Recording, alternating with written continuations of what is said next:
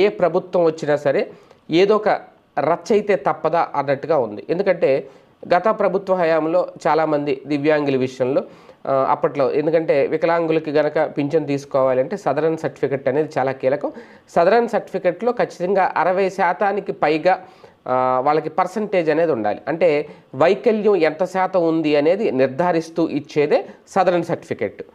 100కి 100% ఉంటే 100% ఉంటే ఖచ్చితంగా పూర్తిగా వాళ్ళకి డబ్బులు వచ్చేస్తాయి. ఇప్పుడు మొన్నటి వరకు 3,000 ఇచ్చారు, ఇప్పుడు 6,000 ఇస్తున్నారు.